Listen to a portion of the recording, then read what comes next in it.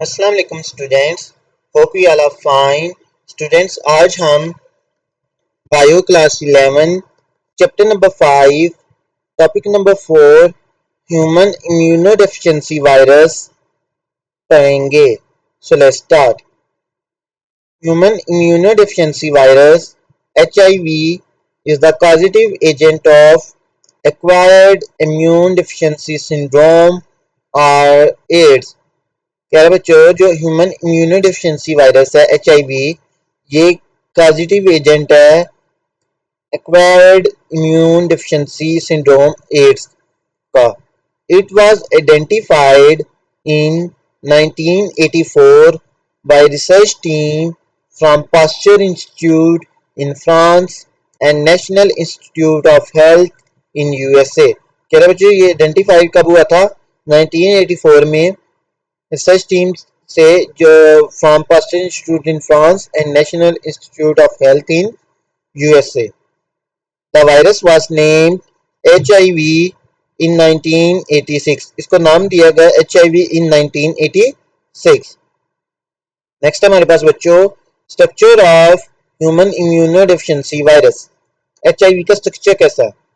Human immunodeficiency virus (HIV) is a retrovirus. It is spherical in shape. The outer covering is a lipoprotein envelope which consists of two layers of lipid. Different proteins are embedded in the viral envelope, forming spikes consisting of outer glycoprotein (GP120) and the transmembrane glycoprotein (41). The lipid membrane is borrowed from the host cell during the budding process, formation of new particles। कह रहे बच्चों, ये जो human HIV virus है, ये एक retrovirus है और ये क्या है? स्फेरिकल इन शेप है। और जो इसकी आउटर कवरिंग है वो एक लिपोप्रोटीन इन्वेलप है। Lipoprotein means it is made up of lipid and protein, या it consist of lipid and protein. कह रहा है जिसके पास दो लेयर्स लिपिड्स की होती हैं और डिफरेंट जो प्रोटीन्स है वो एम्बेडेड हुई होती हैं इन्वेलप में, जो क्या बना रही थी? Forming spikes consisting of outer glycoprotein GP120 and the transmembrane GP41। The lipid membrane, और कह रहे हैं जो लिपिड मेम्ब्रेन होती हैं वो बारो करता है from host cell during budding process. GP120 is needed to attach to the host cell। कह रहे हैं जो GP120 है वो रिक्वायर्ड होती है to attach to the host cell के साथ अटैच होने के लिए।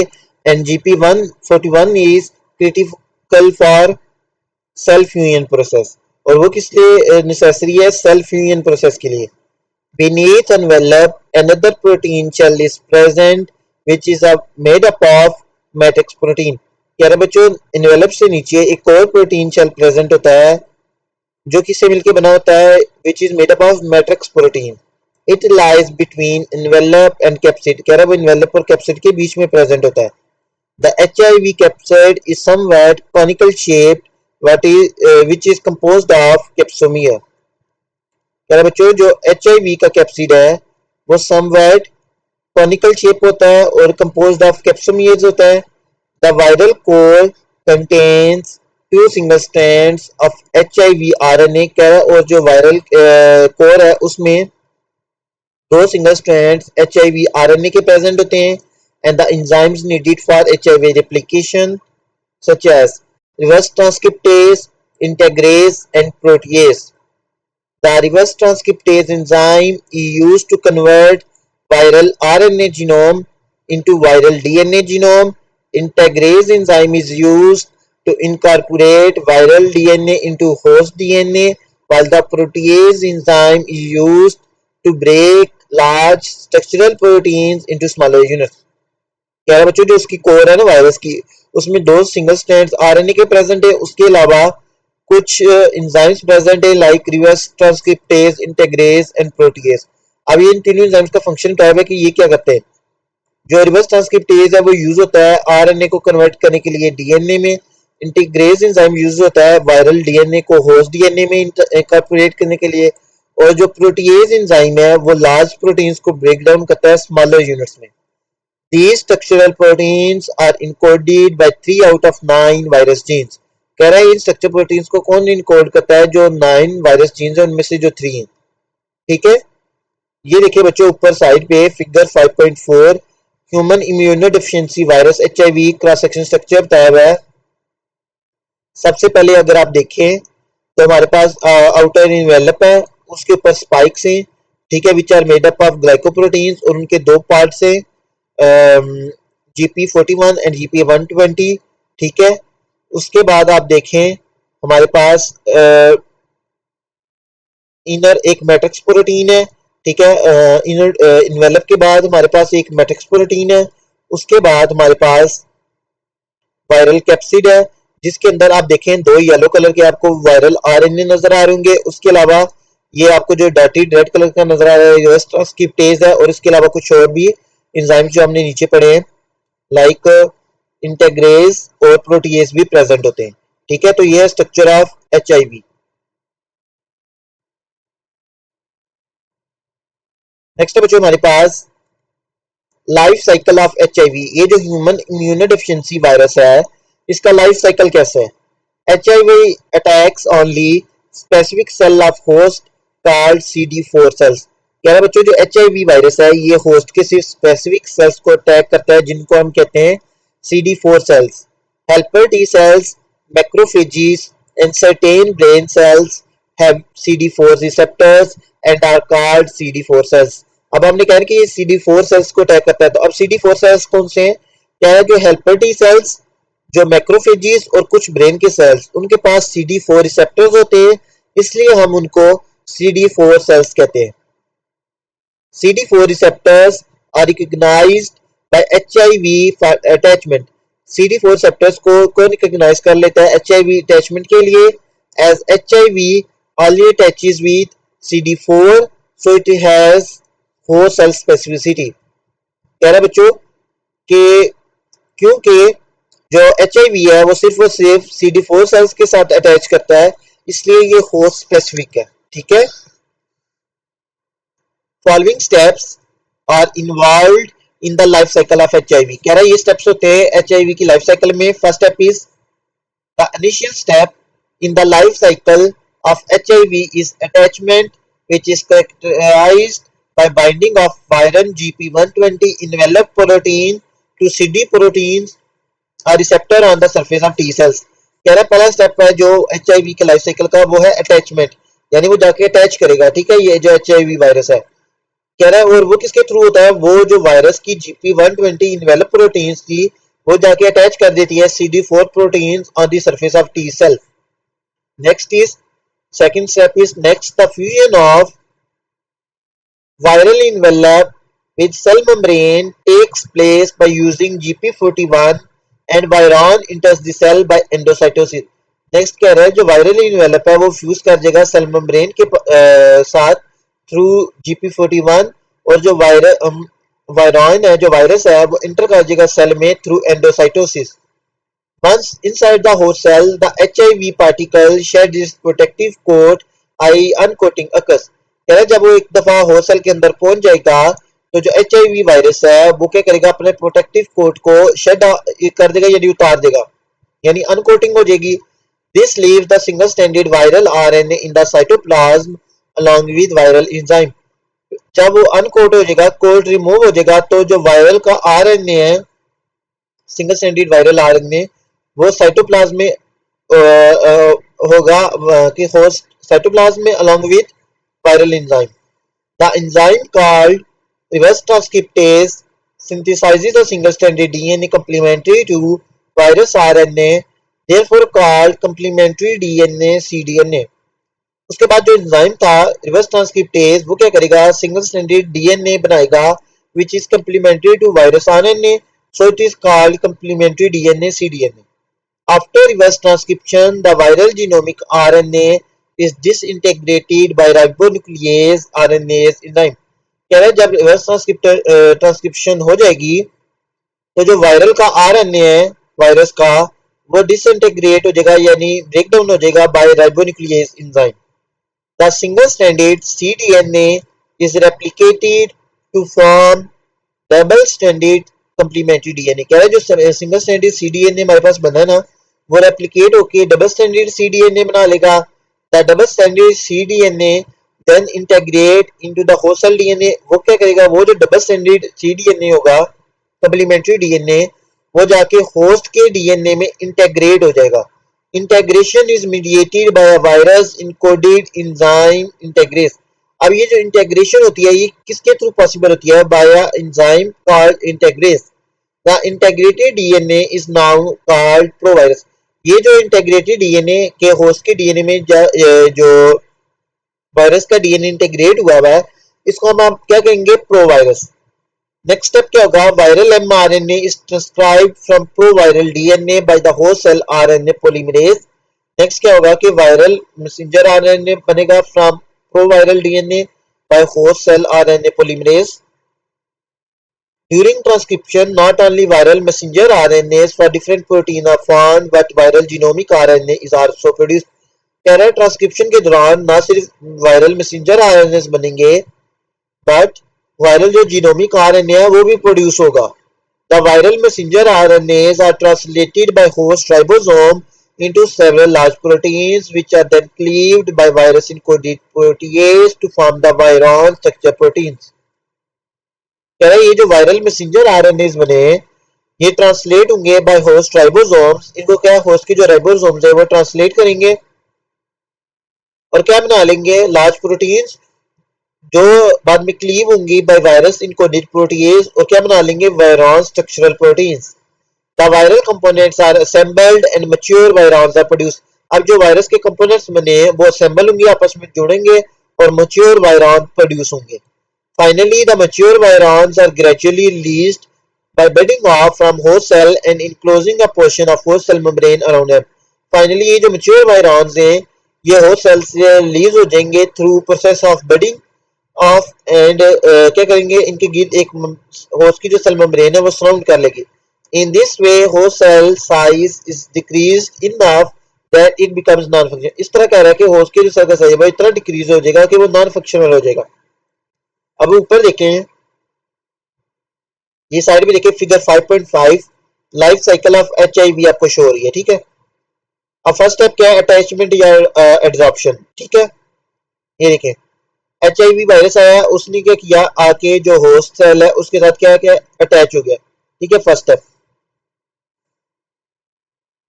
Next step is penetration. अब क्या होगा कि नेक्स्ट स्टेप में जो वो क्या करेगा, उसकी जो कोर ट्यूब है वो क्या करेगी, सॉरी ट्यूब है वो क्या करेगी, पेनिट्रेट करेगी, ठीक है। थर्ड स्टेप क्या है, रिवर्स ट्रांसक्रिप्शन। अच्छा, जब वो पेनिट्रेट कर गया यानी उसका वायरल का देखिए आरएनए अंदर चला गया है, नेक्स्ट स्टेप क्या होगी, रिवर्स ट्रांसक्रिप्शन होगी। रिवर्स ट्रांसक्रिप्शन से देखें वायरल आरएनए से क्या बन गया, सीडीएनए। फर्स्ट स्टेप नजर आ रहा है आपको। फर्स्ट स्टेप क्या है, break down of viral genomic RNA. जब उसने सीडीएनए बनाया तो वायरस का जो अपना आरएनए था वो ब्रेक डाउन हो गया, आपको देखिए फोर्थ स्टेप नजर आ रहा होगा। फिफ्थ स्टेप क्या होगा हमारे पास, रेप्लिकेशन। अब ये जो हमारे पास कंप्लीमेंट्री डीएनए बना सिंगल स्टैंडर्ड, ये रेप्लिकेट करके डबल स्टैंडर्ड कंप्लीमेंट्री डीएनए बना लेगा, ठीक है। नेक्स्ट स्टेप क्या होगा हमारे पास, सिक्स स्टेप इंटीग्रेशन। अब ये देखिए सिक्स स्टेप में वो जाके ये जो होस्ट का क्रोमोसोम है उसमें जो वायरस का डीएनए है वो जाके इंटीग्रेट हो गया है, ठीक है। अब इसको प्रो वायरस कहेंगे। नेक्स्ट क्या है, ट्रांसक्रिप्शन। अब ट्रांसक्रिप्शन होगी तो उससे हमारे पास दो चीजें बनेगी, एक तो जीनोमिक आरएनए बनेगा, साथ मैसेंजर आरएनए बनेगा। जो मैसेंजर आरएनए है वो तो बनाएगा स्ट्रक्चरल प्रोटीन, जबकि जो जीनोमिक आरएनए है हमारे पास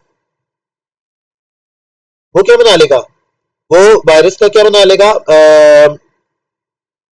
स्ट्रक्चरल प्रोटीन, ठीक है, वो भी। फाइनली क्या हो गया, वो असेंबल होंगे वायरस के जो पार्ट्स हैं और उनकी असेंबली होगी और मैच्योरेशन होगी और देन वो क्या हो जाएंगे, रिलीज हो जाएंगे, ठीक है। तो ये है life cycle of HIV.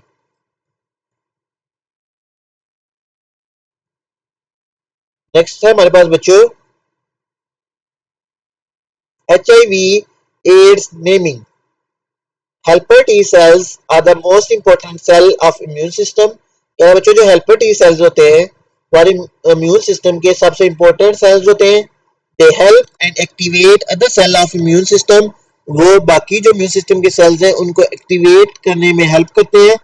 Helper T cells activate B cells to secrete antibodies. ये बी सेल्स को एक्टिवेट करते हैं कि वो एंटीबॉडी सक्रीट करे। They also activate cytotoxic T cells to kill virus infected and cancerous cells. उसके अलावा ये साइटोटॉक्सिक टी सेल्स को भी एक्टिवेट करते हैं ताकि वो वायरस इन्फेक्टेड और कैंसरियस सेल्स को क्या करें, किल करें। Since helper T cells regulate immunity by enhancing the response of other immune cells, the decrease in the number of helper T cells cause deficiency of human immune system. Therefore, virus has been named human immunodeficiency virus (HIV). कह रहा बच्चों क्योंकि ये जो T cells हैं, helper T cells हैं, ये immunity को रेगुलेट कर रहे हैं by enhancing response of other cells. So अगर इनका नंबर डिक्रीज हो जाए हेल्पर टी सेल्स का तो इम्यून सिस्टम की डेफिशिएंसी क्या होगी, की डेफिशिएंसी हो जाएगी। Therefore virus has been named human immunodeficiency virus HIV. ठीक है, इस वजह से उसका नाम दिया गया human immunodeficiency virus HIV. Next है हमारे पास सिम्टम्स ऑफ एड्स। इसके सिम्टम्स क्या हैं? An HIV infection can be divided into 3 stages. जो एचआईवी इन्फेक्शन होता है हम इसको 3 स्टेजेस में डिवाइड कर सकते हैं। asymptomatic carrier, AIDS related complex, ARC, full blown AIDS। वो 3 स्टेजेस कौन सी हैं? फर्स्ट है asymptomatic carrier, AIDS related complex, ARC, full blown AIDS। In asymptomatic carrier, symptoms that may include are fever, chills, itches, continued pain, swollen lymph glands and an itchy rash। क्या है बच्चों? Asymptomatic carriers में symptoms कौन कौन से हो सकते हैं हमारे पास? फीवर हो सकता है, चिल्स, एचेस, स्वॉलन लिफ ग्लैंड्स एंड इची रैश हो सकती है। ठीक है, these symptoms disappear and there are no the symptoms for 9 months or longer। क्या बच्चों ये जो सिम्टम्स हैं ये डिसअपियर हो जाते हैं और फिर और कोई सिम्टम्स नहीं होते 9 मंथ्स के लिए या ज्यादा टाइम के लिए। Although the individual exhibit no symptoms during this stage, he or she is highly infectious। कह रहा है although कि अब इस स्टेज पे हमारे पास इंडिविजुअल को कोई भी सिम्टम्स शो नहीं हो रहे थे लेकिन वो हाईली इन्फेक्शियस होता है, यानी उसको इन्फेक्शन होता है। ठीक है, the standard HIV blood test for the presence of antibody becomes positive during this stage। कह रहा है जो हमारे पास स्टैंडर्ड HIV ब्लड टेस्ट जो होता है वो पॉजिटिव आता है during this stage. The most common symptoms of AIDS-related complex are swollen lymph glands in the neck, armpit or groin that persist for months। क्या है कि जो सेकंड स्टेज है एज रिलेटेड कम्प्लेक्स ARC, उसके जो symptoms है वो हमारे पास हैं swollen lymph glands in the neck, armpit or groin। Other symptoms include night sweats, persistent cough, flu, persistent diarrhea, loss of memory and depression। The full-blown AIDS is the final stage। जो full blown AIDS है वो final stage है। In it there is severe weight loss, weakness due to persistent diarrhea and usually one of several opportunistic infections। Next है हमारे पास opportunistic diseases। HIV does not cause any disease nor kills any person। कह रहा है बच्चों जो HIV है कोई disease cause नहीं करता ना किसी पर्सन को किल करता है। It only destroys T cells of immune system। ये क्या कहता है? सिर्फ जो हमारे इम्यून सिस्टम के T cells है उनको डिस्ट्रॉय कर देता है। A decrease in the human immune system results in the inability of body to fight disease। क्या है कि इम्यून सिस्टम या इम्यून सेल्स जब कम हो जाएंगे तो हमारी जो बॉडी है वो डिजीज से फाइट नहीं कर सकेगी। Due to weak defense system, a person suffering from AIDS is attacked by diseases called opportunistic disease।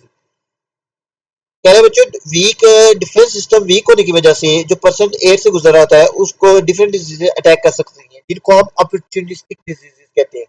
For example skin cancer, fungal infection, viral infection, gastrointestinal diseases, respiratory diseases, nervous system and eye disease. उसको इनमें से कोई भी type की disease हो सकती है, nervous diseases, eye diseases, respiratory diseases, viral infection उसको हो सकता है, फंगल इन्फेक्शन हो सकता है एक्सेट्रा। साइड में देखिए आपको फिगर नजर आ रही होगी, figure 5.6। This photograph shows the multiple wounds of the skin cancer on the arm of a patient with AIDS. कह रहे कि इस फोटोग्राफ में मल्टीपल वाउंड्स नजर आ रहे हैं स्किन कैंसर के on the arm of a patient with AIDS. Next है हमारे पास treatment of AIDS. HIV is treated using a combination of medicines to fight HIV infection. कह रहा है HIV को हम ट्रीट करते हैं using a combination of medicines to fight HIV infection. This is called antiretroviral therapy ART. ART is not a cure. कह रहा है कि ये क्योर नहीं है but it can control virus. ये वायरस को कंट्रोल कर सकता है so that HIV positive can live a longer healthier life and reduce the risk of transmitting HIV to others. और साथ में HIV को ये ट्रांसमिट ना करे, उसका रिस्क कम हो जाए। ART is a highly effective treatment for HIV infection, preventing progression of disease in vast majority of recipients. When ART is accessible and started early in the course of infection, the lifespan of HIV positive people is typically very close to that of comparable HIV negative people. But ART can have toxicities, is often costly and requires strict daily pill taking that can lessen quality of life. Because of the limitations of ART, a cure for HIV infection remains a vital goal for research. Next है हमारे पास बच्चों control measures against the transmission of HIV. AIDS can be controlled by preventing transfer of body fluid like blood, serum, semen, etc. from patient to affected person. The following behavior of precautionary measure will prevent AIDS. क्या है कि ये जो prevention है इससे हम बच सकते हैं। Do not use used syringes and needles. जो यूज syringes और needles हैं वो यूज ना करें। For blood transfusion, blood must be used after proper screening for HIV. Blood transfer करने से पहले स्क्रीनिंग होनी चाहिए। Do not share toothbrushes, blades and towels with anyone. Special cares to be taken at barber shop or hair cutting salons, beauty salons. Surgical instruments must be properly sterilised. उसके अलावा ये जो surgical instruments होते हैं ये properly स्टीरिलाइज्ड होने चाहिए। AIDS is primarily a sexually transmitted disease. Refrain from immoral sexual activities and follow Islamic teachings to pass healthy, neat and clean life. Mother having HIV should not feed their babies. Shaking hands, hugging, coughing or sneezing and swimming in the same pool do not transmit HIV. One cannot get AIDS from inanimate objects such as toilets, doorknobs, telephones, office machines, and household furniture. AIDS is thus transmitted by mosquitoes and other insects. So students, हमारा ये topic complete हो चुका है। Hopefully आपको समझ आ गया होगा। If you have any doubt, you can ask in comment section. Please like, share, and subscribe my YouTube channel. Thank you.